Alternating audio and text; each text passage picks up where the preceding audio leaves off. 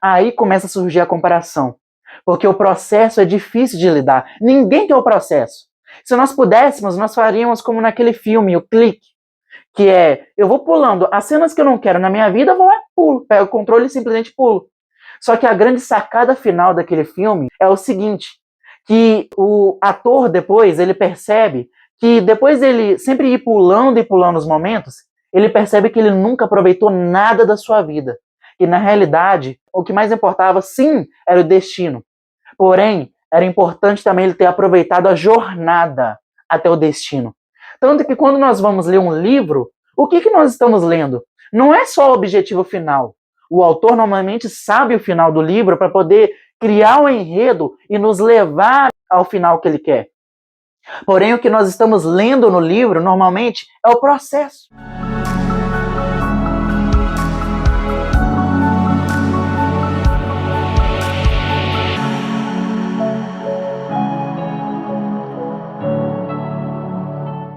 Olá, querido, graça e paz, meu nome é Pedro Henrique e mais uma vez no vídeo de hoje eu quero estar te abençoando com uma mensagem que Deus colocou no meu coração.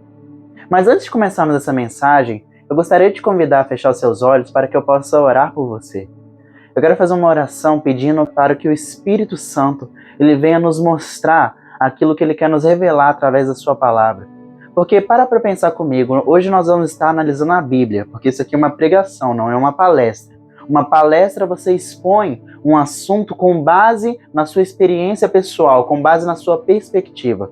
Porém, a Bíblia, diferente de uma palestra, você está pregando, você está expondo aquilo que está no texto, com o contexto, mas principalmente com a inspiração que vem do alto, do Espírito Santo de Deus. Porque não funciona. Na palavra de Deus, na pregação, não funciona aquilo que o pregador acha. Aquilo que o pregador acha de certo assunto ou de outro, não funciona. Funciona aquilo que está escrito. Por isso eu busco, todas as vezes que eu vou iniciar essa mensagem, uma mensagem como essa, eu busco sempre a inspiração que vem dele, do Espírito Santo, que é quem justamente inspirou homens e mulheres a escrever essa palavra, que é a palavra do Senhor. E existe alguém melhor para poder expor essa palavra da forma correta do que o próprio autor dela? Sendo bem sincero, eu imagino que você possa ter chegado à mesma conclusão que eu, que não. Então vamos pedir agora para que o Espírito Santo abra os nossos ouvidos espirituais, abra os nossos olhos espirituais, para que nós possamos ouvir e ver aquilo que Ele tem preparado para nós, para que a nossa fé venha a ser aumentada, porque a fé, ela vem pelo ouvir, e ouvir a palavra de Deus, amém? Então feche seus olhos para que eu possa fazer essa rápida oração por ti. Senhor meu Deus e eterno Pai, Deus Todo-Poderoso, Criador dos céus e da terra. Pai amado, eu quero te pedir agora, meu Pai, que o Senhor possa estar falando no meu coração aquilo que o teu povo, meu Pai, precisa ouvir e não aquilo que queremos ouvir. Porque existe uma diferença clara em aquilo que queremos e aquilo que precisamos. E nós preferimos agora, meu Pai, escolher aquilo que precisamos de fato. E só quem sabe isso é o Senhor, meu Pai, porque tu sabes o momento e a necessidade de cada um nesse momento. Eu não sei o nome dessa pessoa que está vendo essa mensagem agora, mas tu, meu Pai, tu sabes. Então eu te peço agora, neste momento, que o Senhor abra os ouvidos e os olhos espirituais dessa pessoa agora, para que ela receba aquilo que o Senhor quer entregar a ela hoje, para que assim nós possamos caminhar rumo ao propósito que o Senhor estabeleceu para cada um de nós, glorificando o teu nome enquanto nós estamos esperando a volta do teu Filho amado Jesus Cristo. Que o teu nome venha ser glorificado e exaltado hoje para sempre. Essa é a minha oração hoje, para mim e para os teus filhos, em nome de Jesus. Amém e amém. Vamos então hoje falar sobre algo que eu já venho falando desde o início do canal. Se eu for fazer uma retrospectiva aqui no canal, eu gosto de fazer isso porque eu paro para pensar para mim e olhar que eu me mantive fiel àquilo que Deus me entregou, sabe? Porque é aquilo, eu não vim para falar sobre inteligência emocional, como muitos pregadores hoje em dia falam. Eu não vim para falar sobre alguns assuntos mais específicos, digamos assim, da teologia, como escatologia, por exemplo. Deus ele me deu uma mensagem clara para mim, na minha vida, que é justamente falar sobre valorizarmos a presença dele, que essa foi a minha primeira mensagem. Ele me deu experiências para que eu pudesse falar sobre isso com autoridade e também sobre algumas coisas sim relacionadas às nossas emoções, até porque nós sabemos que a Bíblia está recheada de versículos como, por exemplo, sobre todas as coisas que se deve guardar, guarda o teu coração, porque o seu coração é dali que vem as saídas da vida.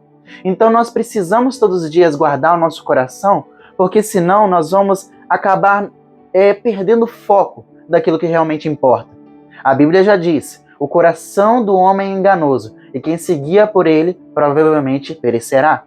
Então, Deus ele me ensina através das minhas experiências pessoais e também através da sua palavra, principalmente, a importância de nós termos as nossas emoções saudáveis. E se eu olho de um tempo para cá, de alguns meses para cá, uma coisa que me chama muita atenção é que a minha segunda mensagem que Deus me deu foi sobre comparação. E na realidade essa mensagem eu nem fiz para postar no canal. Essa mensagem na realidade era uma ideia minha sobre um tema de uma palestra que eu queria fazer para os meus colegas na minha escola. Tanto que eu nem usei a Bíblia para poder falar, para expor essa ideia. Mas eu usei, na realidade, a história da Branca de Neve, mostrando como a Rainha Má, ela se comparava com a Branca de Neve e por isso ela acabou destruindo a sua vida. Porque se você para analisar aquela história infantil, você percebe que as histórias infantis são histórias geniais, porque elas pegam assuntos profundos, assuntos maduros e colocam de uma forma que qualquer pessoa possa entender, a ponto de nós contarmos essas histórias aos nossos filhos e filhas. Então, a partir daí, eu pude perceber que, existe uma riqueza nisso. E, a partir daí, a minha ideia era, eu vou fazer uma palestra falando sobre a história da Branca de Neve para poder expor o tema comparação, porque na época, qual que era a minha base para poder fazer isso? Eu sabia pegar a palavra do Senhor, aliás, sabia não, vou reformular isso. Deus ele me ensinou a pegar a palavra do Senhor, é o que eu via. Os pregadores pegavam um versículo e expunham, mas eu não poderia expor a Bíblia simplesmente para os meus colegas de sala de aula. Então a minha estratégia era, ao invés da Bíblia, eu vou usar algo que tem uma base bíblica, no caso, a Bíblia fala sobre a comparação, sobre os malefícios que ela pode trazer, e nós vamos analisar hoje a Bíblia, não a história da Branca de Neve, fique tranquilo. Porém, ao invés de expor a Bíblia, eu vou expor um tema bíblico, mas com base numa história infantil, que todo mundo conhece, popularmente falando, que é a história da Branca de Neve. E agora, voltando de um tempo para cá, eu percebo que como a comparação ela é algo destrutivo. E sendo bem sincero, algumas pessoas já até me falaram, mas a comparação não é de todo má, se você parar para pensar. Mas na realidade não. O problema é que nós não olhamos os assuntos com clareza. Porque aquilo que você chama de uma comparação boa, na realidade se chama inspiração. E existe uma diferença entre se comparar e se inspirar. Qual é a diferença? A diferença é essa. Quando eu estou me comparando com uma pessoa, normalmente eu olho para aquela pessoa e eu falo, caramba, eu até gostava de poder ter assim, né? Mas minha vida tá tão mal e aquela pessoa ela tá avançando. Eu faço uma comparação, isso é uma comparação normalmente. A comparação normalmente surge num âmbito negativo. Normalmente a gente não usa a comparação num momento bom para tipo assim falar, caramba, aquela pessoa tá conquistando, vou também. Não, não é isso. A gente usa normalmente a comparação para nos depreciar, para nos colocar para baixo. E na realidade, se você parar para pensar, aquilo que nós chamamos de uma comparação boa, que é justamente eu olhar para uma pessoa, caramba, isso que essa pessoa faz é legal, por que eu não pego isso e também monto algo? Isso se chama inspiração, não é comparação. Por mais que o viés seja parecido, você percebe que a forma como surge é diferente. E nós precisamos ter esse cuidado em nós sabermos justamente essa clareza para que nós não venhamos confundir algo positivo com algo negativo. E essa clareza vai nos dar um sentido para o nosso futuro. E é por isso que eu insisto nisso, em cuidar para que nós venhamos interpretar as coisas da forma correta. Porque se você parar para pensar e olhar para a vida de uma pessoa que está vivendo algo ruim, é porque a interpretação do mundo dela provavelmente está distorcida para algo negativo. Então nós precisamos sempre buscar essa clareza. E quando se fala da comparação, isso é um tema que abrange a vida do ser humano no geral, porque o ser humano no geral, quando as coisas não estão correndo como ele quer, Quando nós estabelecemos uma meta e um objetivo e nós entramos no processo para isso, mas quando nós estamos tão focados no objetivo que nós não conseguimos simplesmente olhar para o processo até lá, aí começa a surgir a comparação. Porque o processo é difícil de lidar. Ninguém quer o processo. Se nós pudéssemos, nós faríamos como naquele filme, o Clique, que é, eu vou pulando as cenas que eu não quero na minha vida, eu vou lá e pulo. Pego o controle e simplesmente pulo. Só que a grande sacada final daquele filme é o seguinte, que o ator depois, ele percebe que depois dele sempre ir pulando e pulando os momentos, ele percebe que ele nunca aproveitou nada da sua vida. E na realidade, o que mais importava, sim, era o destino. Porém, era importante também ele ter aproveitado a jornada até o destino. Tanto que quando nós vamos ler um livro, o que nós estamos lendo? Não é só o objetivo final. O autor normalmente sabe o final do livro para poder criar o enredo e nos levar ao final que ele quer. Porém, o que nós estamos lendo no livro, normalmente, é o processo. É o processo de cada personagem. E quando nós aprendemos e olhamos o processo, nós começamos justamente a pegar coisas para que nós possamos, assim, viver melhor nos nossos processos, reagindo. Nós buscamos ferramentas naquele livro, sem você perceber. E aí está a inspiração. Porque quando eu paro para me comparar, justamente é isso. Quando eu vou me comparar, o que acontece? Eu tenho um objetivo, ou às vezes nem tenho um objetivo, mas eu estou correndo por algo. E aí simplesmente eu vejo que eu não estou alcançando aquele algo, a vida se torna enfada, se torna difícil, e aí eu começo simplesmente a parar, e ao invés de continuar prosseguindo por o alvo, aí eu vou lá e olho para o lado. Aí eu vejo uma pessoa correndo uma outra corrida, e eu paro para olhar a corrida dela, eu começo a falar, caramba, aquela pessoa já está ali, já até me ultrapassou. É assim, normalmente a comparação ela vem com essa coisa depreciativa mesmo. E eu não tô te julgando por você passar por isso, porque eu também passo. E isso, justamente, esse tema hoje, nós estamos abordando isso hoje, é justamente fruto disso. Eu passei esses dias novamente por isso, porque ninguém está isento de passar por isso. Uma pessoa, por exemplo, que entende de gestão da emoção, de inteligência emocional, não é a pessoa que nunca passa por coisas negativas. Ela é uma pessoa que passa por coisas negativas como eu e você. Porém, sabe o que ela faz? Ela pega as ferramentas que ela tem de gestão da emoção e ela muda a situação dela. Por exemplo, isso já aconteceu várias vezes comigo, de eu estar, por exemplo, no meu trabalho, e aí os meus colegas estarem na escola aproveitando e tal, e eu estar pensando assim, caramba, eu estou aqui trabalhando e tal, e eles estão lá vivendo a vida deles, e eu estou aqui com a minha parada. Isso é um erro. Lá está, comparação mais uma vez. Eu não estou parado, a minha vida não estava parada. Eu estou construindo a minha vida, só que de outra forma que da deles. O nosso problema é que nós estamos vivendo uma constante competição. Ao invés de nós pegarmos um nas mãos dos outros, como corpo de Cristo, não. Nós ficamos nos comparando. E aí está o problema. Porque quando nós começamos a nos comparar, começa o individualismo desnecessário, começa a divisão no corpo.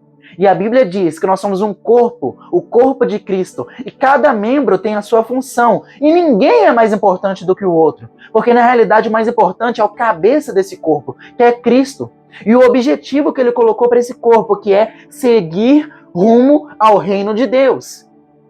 Porém, quando nós não aprendemos a fazer isso, quando nós começamos a sofrer com a comparação, ao invés de nos inspirarmos, ao invés de nós focarmos num objetivo comum e seguir em frente, que é pregar o reino de Deus, pregar a salvação de Cristo, para que vidas venham ser salvas e transformadas e venham ser retiradas das garras do inferno, e nós paramos a nossa vida para nos comparar, nós estamos perdendo tempo e jogando o plano de Deus no lixo. Porque nós achamos que o plano, que a jornada daquela pessoa é melhor do que a nossa, quando na realidade não há a melhor história. Eu costumava falar muito isso antigamente. Não existe a melhor história, existe a sua história. Existe a história daqueles que chegaram até o fim. Se você olhar para a Bíblia respalda exatamente isso.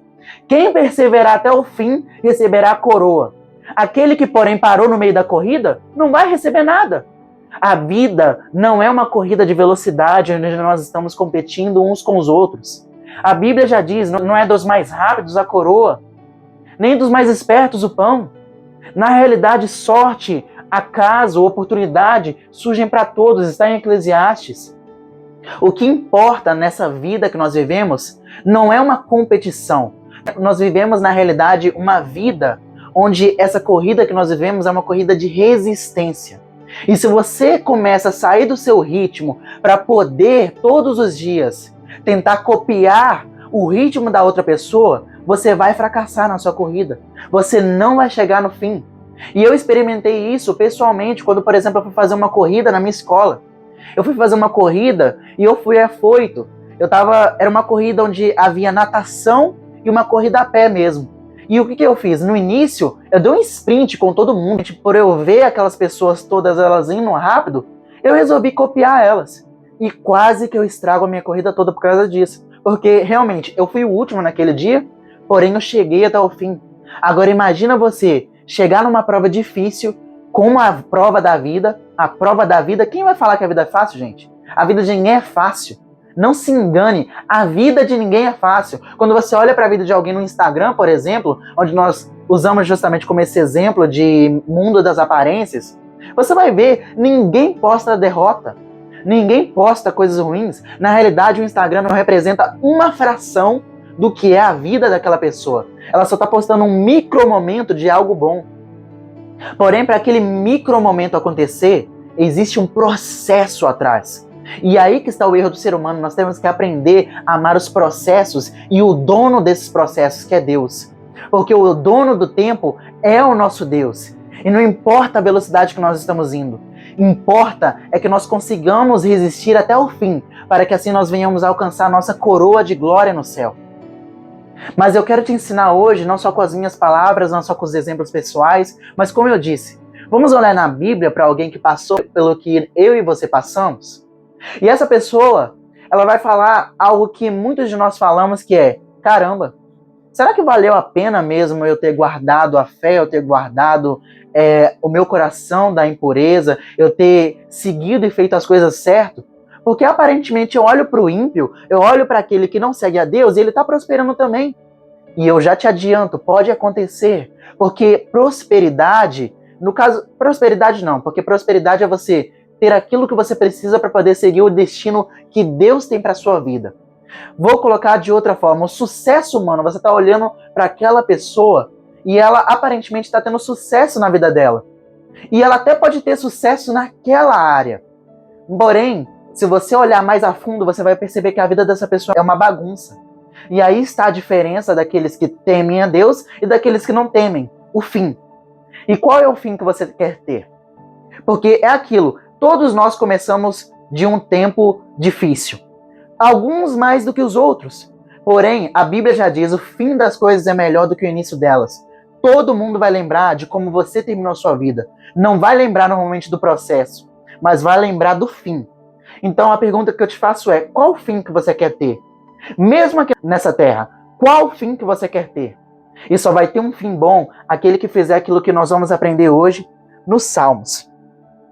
E eu adoro o livro de Salmos, gente, porque eu vou falar com sinceridade. Essa, por exemplo, é a minha visão pessoal. Apesar de ser um consenso para muitos isso, mas talvez eles não falem da forma como eu vou falar hoje. Eu diria que para você que está com o seu coração, com as suas emoções fora do lugar, se você quer começar a trabalhar suas emoções, melhor do que terapia, tá? Faça. Eu não tô falando para você não fazer, mas eu diria que é melhor do que terapia. É você pegar a Bíblia e começar a ler Salmos. Começar a se ver em Salmos, na visão de cada autor sobre o mundo. Porque você vai perceber que a Bíblia retrata homens e mulheres como eu, como você, que passavam por dias bons e dias ruins, que passavam por situações boas e por situações difíceis, porque a vida não é fácil. Ela não segue algo linear, como a maioria das pessoas pensam. Felicidade não é você viver o tempo todo de risos. Ai, eu tô muito bem, gente, eu tô alegre. Não, não é isso. Felicidade é um estilo de vida. E esse estilo de vida, existem dias bons e existem dias ruins, mas isso não significa que você não é feliz. Apenas significa que você está passando por algo difícil naquele momento, mas que vai passar. Porque a única certeza que nós temos na nossa vida é que existe uma flutuabilidade nessa vida. Um momento você está bem, outro momento você está mal. E para que você volte a estar bem, é necessário que você volte a estar mal. Enquanto nós vivemos nessa terra, a vida vai ser assim. Ponto final. Porém, precisa ser sofrimento por causa disso? A vida precisa ser um fardo por causa disso? Não. Você só precisa aprender a colocar a sua esperança e a sua expectativa no lugar correto. E esse lugar nós vamos aprender agora através de Salmos, que é o livro, na minha opinião, o melhor livro. Uma vez eu estava orando para Deus e eu falei com ele, olha, Deus, se as minhas motivações estão erradas, como é que eu faço para mudar? Porque como é que se muda uma motivação? Aí, sabe como é que Deus me respondeu? E hoje eu vejo isso? É simplesmente você começar todos os dias a pedir para que Ele trabalhe no seu coração. E como é que Deus vai trabalhar no seu coração? Leitura da palavra. Quando você começa a analisar a palavra dele, você vai perceber que o seu coração vai começar a mudar, porque você vai começar a se alimentar das palavras de vida eterna. E só tem na Bíblia. A palavra de vida eterna só está na Bíblia, só está no livro onde contém a palavra do Senhor. E não existe melhor livro, e em destaque eu coloco isso na Bíblia, melhor livro que trabalha o coração do ser humano do que Salmos. Porque fala diariamente sobre emoções humanas. E o salmo que nós vamos ler agora é o Salmo 73, salmo da família de Asaf. Para quem não sabe, Asaf foi um levita, provavelmente do tempo do rei Davi, e alguns estudiosos dizem que provavelmente esses salmos foram escritos num tempo de exílio babilônico. E aí está a explicação do contexto histórico e do porquê que a família de Asaf, a pessoa que escreveu esse salmo, vai falar e vai declarar aquilo que ela vai declarar nesse salmo. Então, vamos ler cada versículo, eu vou te expondo aquilo que o Espírito Santo vai colocando no meu coração nesses versículos.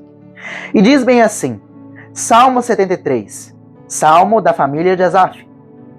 Certamente Deus é bom para Israel, para os puros de coração.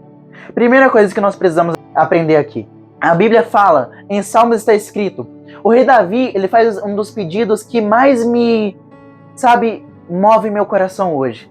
Quando eu paro para orar, eu sempre falo isso com Deus, Deus, crie em mim um coração puro e renove em mim um espírito inabalável. Por que um coração puro? O que significa ter um coração puro? Emoções saudáveis, motivações corretas, motivações puras. Não tem como eu pregar sobre algo puro como a palavra de Deus se o meu coração não estiver sempre buscando a santificação, que é um processo que vai durar daqui até a salvação. Então, se o meu coração não for movido pela pureza de Deus, não tem como eu expor a palavra de Deus, não tem como eu viver uma vida conforme a vontade de Deus. Porque as motivações de Deus são puras, são para a honra e glória dele. E quando você glorifica a Deus, por consequência você está ajudando a vida das pessoas que estão à sua volta.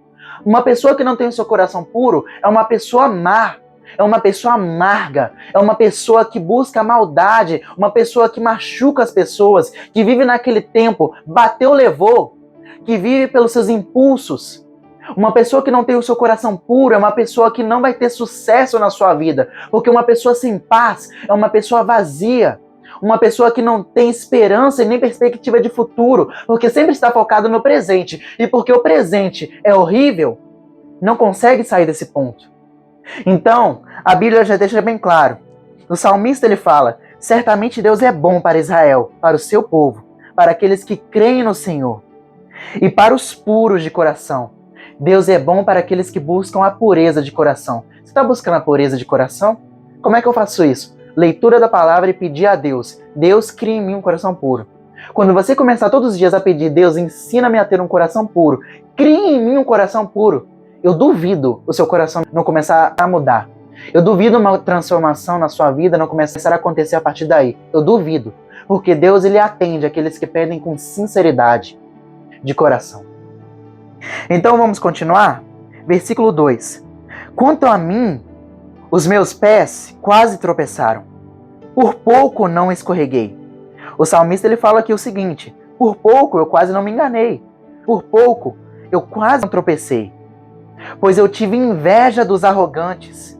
Eu tive inveja quando vi a prosperidade desses ímpios. daqueles que não temem o Senhor, daqueles que não guardam os mandamentos, daqueles que não buscam servir o Altíssimo e vivem pelas suas próprias vontades, os arrogantes, aquela pessoa que sempre está certa, aquela pessoa que não ouve conselho, aquela pessoa que não está disposta nunca a ser repreendida, porque Deus, ele repreende aquele a quem ama, e aquele que é arrogante não ouve a repreensão de Deus, e por isso acaba se destruindo.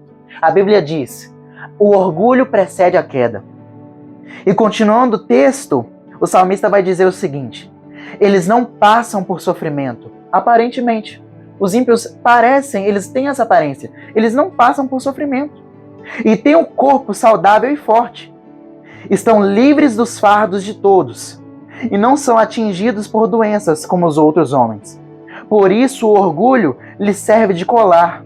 O orgulho é algo aparente, por isso que eles vivem como orgulhosos, por isso que todos os dias eles se vangloriam, por isso que eles se colocam acima das pessoas, fazem de forma aparente. E eles se vestem de violência. Do seu íntimo brota a maldade, ou seja, ele fica o tempo todo maquinando mal, tem pensamentos impuros. Sabe aquela pessoa que você fala algo normal e ela já enxerga com um duplo sentido, com algo ruim? Essa pessoa só está se alimentando de coisas ruins, só está se alimentando provavelmente da internet. Não está filtrando, está procurando coisas que só destroem, só apodrecem o seu coração. E o salmista ele vai continuar falando aqui. Eles zombam e falam com más intenções, e em sua arrogância ameaçam com opressão. Com a boca arrogam a si os céus, e com a língua se apossam da terra. Quem mais tem valor tem aparência. Então o salmista continua dizendo: por isso seu povo se volta para eles e bebe suas palavras até saciar-se. Por isso, por eles terem a aparência de que estão vencendo, o povo de Deus começou a olhar para esses homens e começou justamente a segui-los. E eles dizem, esses homens maus: como saberá Deus? Ou seja, o que Deus sabe? Quem aqui já nunca escutou isso? Pais normalmente escutam dos filhos adolescentes, eles falam: ah, pai, o que você sabe? Quando você vai ensinar um adolescente, uma pessoa que está no auge, sabe, daquela impulsividade, que está vivendo aquela fase difícil, né? Aí você vai dar um conselho para ela, aí a pessoa fala: ah, beleza, mas o que você sabe? Entendeu? O arrogante.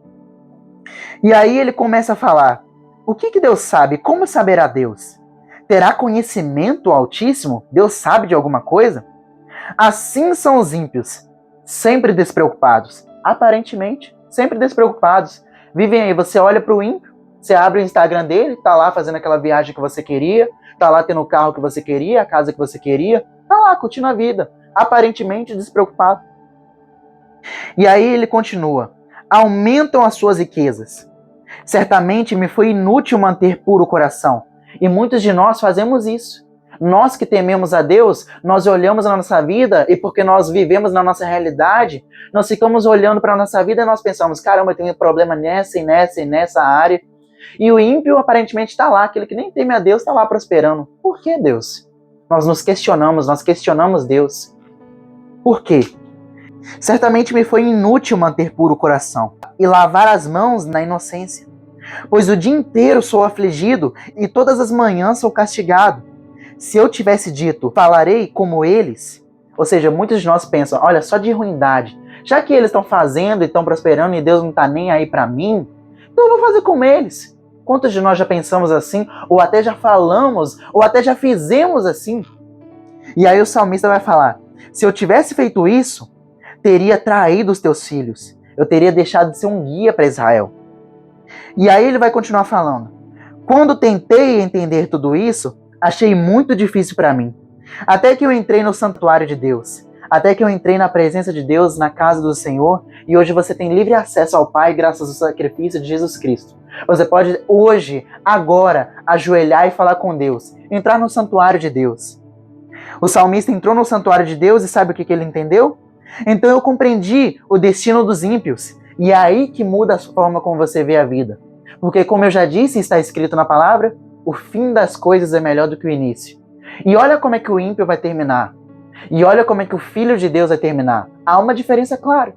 Porque nós corremos não por uma coroa corruptível, mas por uma coroa de glória, para uma coroa eterna. Mas os ímpios, eles já têm a sua recompensa nessa terra. Qual que é o fim deles? Então, quando você entende o destino final, certamente, o salmista ele fala aqui, certamente os pões em terreno escorregadio e o fazes cair na ruína. Como são destruídos de repente. Aí você para olhar no dia seguinte, você está olhando aquela pessoa que tinha, entre aspas, o casamento perfeito, a casa perfeita, a família perfeita, a vida perfeita, e de repente ela perde tudo. Por quê? Porque não teme o Senhor. E certamente Deus os coloca em caminhos escorregadios. E certamente os fazes cair na ruína. Como são destruídos de repente, completamente tomados de pavor. Ou seja, qualquer coisa abala o ímpio, qualquer coisa. Você está olhando, por exemplo, nós estamos vivendo num tempo, gente, onde aparentemente os historiadores, as pessoas que entendem de geopolítica falam, é impossível que a Terceira Guerra Mundial não venha acontecer, está tudo caminhando para isso. E aí o ímpio já vem, nossa, eu tenho que construir bunker, eu tenho que fazer tal coisa e tal, já se preocupa, já se desespera. Porém, a esperança daqueles que temem ao Senhor é diferente. Nós não nos abalamos por qualquer coisa, porque nós temos e sabemos do nosso destino, de que ele não é aqui, mas é nos céus. E muitos, sabe como é que o ímpio olha isso? Como uma fantasia religiosa. Porém, meu irmão, deixa ele zombar, deixa ele desacreditar, porque Deus não deixa de ser real, porque o ímpio não acredita em Deus. O mundo espiritual, ele continua sendo real ou não, quer você queira ou não. Muitas pessoas não acreditam na maldade, não acreditam em obras demoníacas, mas aí acabam manifestando demônios, porque não acreditam. Porém, para que coisas ruins aconteçam na sua vida, não é necessário você acreditar nos céus. Não é necessário você ter fé. Porém, você só acessa os céus, você só acessa o reino dos céus quando você tem fé, porque a Bíblia diz, sem fé é impossível agradar a Deus. Só é possível viver pela fé. O justo viverá pela fé, está na palavra. O apóstolo Paulo fala. Então a diferença daquele que crê é essa. O fim dele será trágico. Por quê? Porque ele até pode não crer que não há nada depois daqui. Porém, o destino certo dele, nós já sabemos. Porém, o que vale mais a pena? Você confiar ou não confiar? Porque você só está perdendo. Quer ver a sua vida do jeito que você quer? Talvez a sua vida não seja muito diferente da de um justo. Porém, o destino final é. Então, será que vale a pena viver uma vida 70, 80 anos nessa terra aparentemente boa, vivendo na zona de conforto? Porém, no fim, você perceber que há uma eternidade e aí você escolher não crer em Deus? Será que vale a pena? Então, o salmista ele continua falando. Certamente, os pões em terreno escorregadio os fazem cair na ruína, como são destruídos de repente, completamente tomados de pavor. São como um sonho que se vai quando acordamos, ou seja, a prosperidade deles é passageira, o sucesso deles é passageiro. Quando te levantares, Senhor, tu o farás desaparecer. Quando o meu coração estava amargurado e no meu íntimo eu senti inveja, agi como insensato e ignorante. Minha atitude para contigo era de um animal irracional. Quantos de nós estamos fazendo isso? Quantos de nós já fizemos isso? Nós acreditamos no Senhor, nós cremos no Senhor quando estamos vivendo momentos bons, dias bons, porém, aí nós vemos o ímpio, nós vemos ele tendo sucesso, e aí nós agimos como um animal irracional, nós damos vazão aos nossos impulsos, nós voltamos para o velho homem, nós voltamos às velhas práticas. Já que Deus, eu estou tentando viver o propósito de Deus e as coisas não estão acontecendo, então vou voltar para a bebida, vou lá fazer qualquer coisa que não é boa para Deus, vou lá me entregar ao vício. Será que muitos de nós já não fizemos isso? Claro, nós já pensamos em fazer isso. Mas não se culpe, meu irmão, isso é algo humano. Porém, não viva nisso, porque senão você vai acabar se destruindo. Maldito é o homem que confia aqui nesse reino. Maldito é o homem que tem a sua esperança nesse reino e não tem a sua esperança no reino dos céus. Porém, o salmista ele vai dizer aqui, contudo, sempre estou contigo. Por mais que o meu coração ele tenha me traído e eu tenha buscado fazer coisas que te desagradam, contudo, o meu real prazer. O salmista sabe aquilo que ele quer. Você não é aquilo que as suas falhas dizem que você é. Você até pode ter falhado ontem, fazendo algo que desagradou Deus. Mas se você escolher Ele hoje, acredite, a sua vida vai começar a mudar. Se você escolher hoje de verdade, Satanás está tentando destruir a sua mente, está tentando colocar uma mentira de que você não quer Deus, de que você não presta, de que você é um porco e merece a lama. Satanás está tentando colocar uma mentira na sua vida de que você é assim mesmo, um destruidor, um falhado, uma pessoa que não tem nada a agregar. Satanás está tentando mexer com a sua identidade, porém a sua identidade é de filho de Deus. E por mais que você tenha desejado viver aquilo que Deus não queria para a sua vida, acredite, você tem que estar certo daquilo que você quer. E você quer o Senhor. O ser humano anseia pelo Senhor. Há um desejo inato no ser humano, um vazio que só Deus pode cobrir. E você quer o Senhor. Não duvide disso. Satanás está tentando colocar na sua cabeça, não, você não quer Deus. Mas isso é uma mentira. Isso é uma mentira. Você ama de verdade é Deus. E todas as vezes que você vai lutar contra algo que quer tomar o rumo do seu coração, você tem que olhar para esse algo e falar, não, eu não amo mais isso. Eu amo é Deus.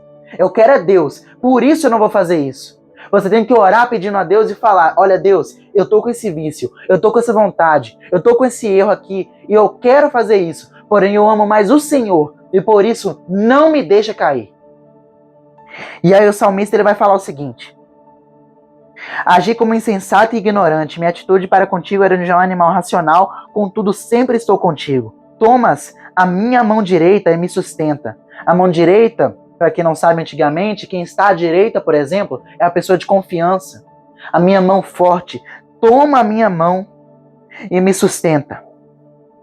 Tu me diriges com teu conselho e depois me receberás com honras. A quem tenho no céu senão a ti? E na terra nada mais desejo, além de estar junto de ti. O meu corpo e o meu coração poderão fraquejar, mas Deus é a força do meu coração e a minha herança para sempre. Os que te abandonam, sem dúvida, perecerão. Tu destróis todos os infiéis, mas para mim, bom é estar perto de Deus. E fiz do soberano Senhor o meu refúgio. Proclamarei todos os dias os teus feitos. Olha que maravilhoso. O salmista ele conclui que o que mais vale a pena é seguir o Senhor. Se você quer viver hoje o tempo que você está vivendo, que é um tempo de insegurança, se você quer vencer hoje a comparação e seguir rumo à sua carreira, só tem uma solução. Analisa o fim do ímpio e analisa o fim daquele que é fiel à sua corrida. O apóstolo Paulo já fala algo que é marcante. Ele fala o seguinte: combati o bom combate, acabei a carreira, eu corri a minha carreira, a carreira que me foi proposta, e eu guardei a fé. Se você quer viver isso hoje, você pode. Se você aceitar Jesus como seu único e suficiente Salvador e buscar viver a sua vida segundo a vontade boa, perfeita e agradável do Senhor hoje para a sua vida.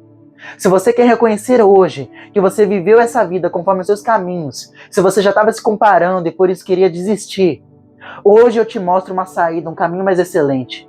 Se você comparar o fim do ímpio e comparar o fim daquele que serve o Senhor, você vai perceber que o fim das coisas é melhor mesmo do que o início. E se você comparar o fim dos dois, você vai perceber que mais vale a pena estar junto de Deus. Faça por raciocínio matemático, você vai perceber, é melhor servir o Senhor. É melhor você ter Ele como sua principal esperança. E se você estiver firmado nele, os seus pés, você até pode fraquejar, você até pode cair, mas Deus te levanta. Você até pode estar no vale da sombra da morte, mas você não temerá mal algum, porque o Senhor é contigo. 1000 cairão ao teu lado, 10.000 cairão à tua direita, mas tu não serás atingido, porque você escolhe hoje habitar na sombra do Onipotente. Mal nenhum chegará na tua casa, porque Deus dará ordem aos teus anjos, ao teu respeito, para te livrar de todo mal. Nem pedra você vai tropeçar, porque o Senhor estará te guiando. Se você fizer o seu esconderijo na sombra do Onipotente, na sombra do Altíssimo, a partir de hoje, você terá acesso à proteção do Senhor. E nunca mais, por mais que o seu coração venha fraquejar, Deus é contigo, meu irmão. Você quer aceitar hoje como Senhor e Salvador Jesus Cristo? Você quer hoje, a partir de hoje, viver uma vida segundo o propósito de Deus para sua vida, sem olhar para o lado, sem desejar a carreira um do outro? E se porventura vier a acontecer novamente, você voltar para Deus e falar: Deus, cria em mim um coração puro? Se você quer fazer isso hoje, feche os teus olhos que eu quero orar por você. Eu quero fazer essa oração final para que nós venhamos agora voltar para o Pai e receber aquilo que Ele tem preparado para nós vivermos uma vida segundo a vontade dEle, com um único fim.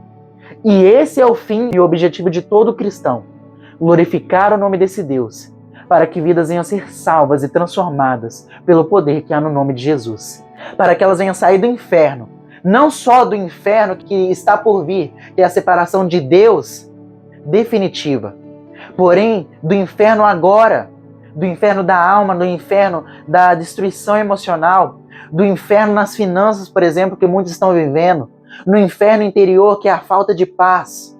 Se você quer parar agora de viver esses infernos na sua vida e começar agora a buscar o Senhor, eu não estou te falando que os seus problemas vão desaparecer. Eu estou te falando que a partir de agora, o Espírito Santo vai te conduzir a você, toda vez que passar por uma situação dessa, voltar os seus olhos para a verdade, que é Cristo. A partir de agora, você não vai olhar mais para a tempestade à sua volta.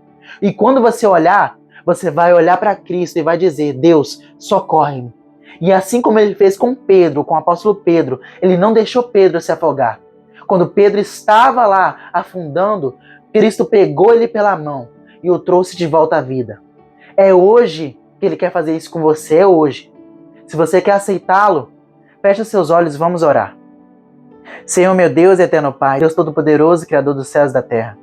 Hoje essa pessoa, meu Deus, que está querendo agora, meu Deus, entregar sua vida para o Senhor, ela reconhece o Senhor como o único e suficiente Salvador da vida dela.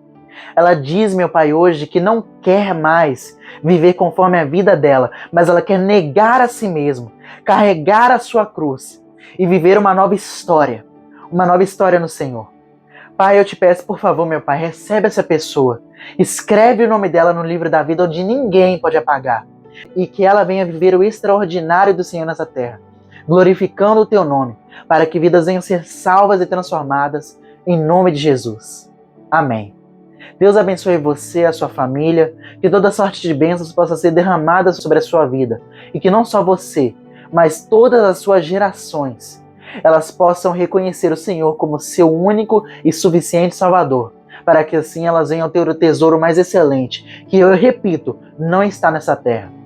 A nossa corrida não é para uma coroa corruptível, é para uma coroa de glória, uma coroa que está nos céus, quando nosso Senhor Jesus Cristo voltar e nos receber e falar: benditos filhos do meu Pai, venham até mim.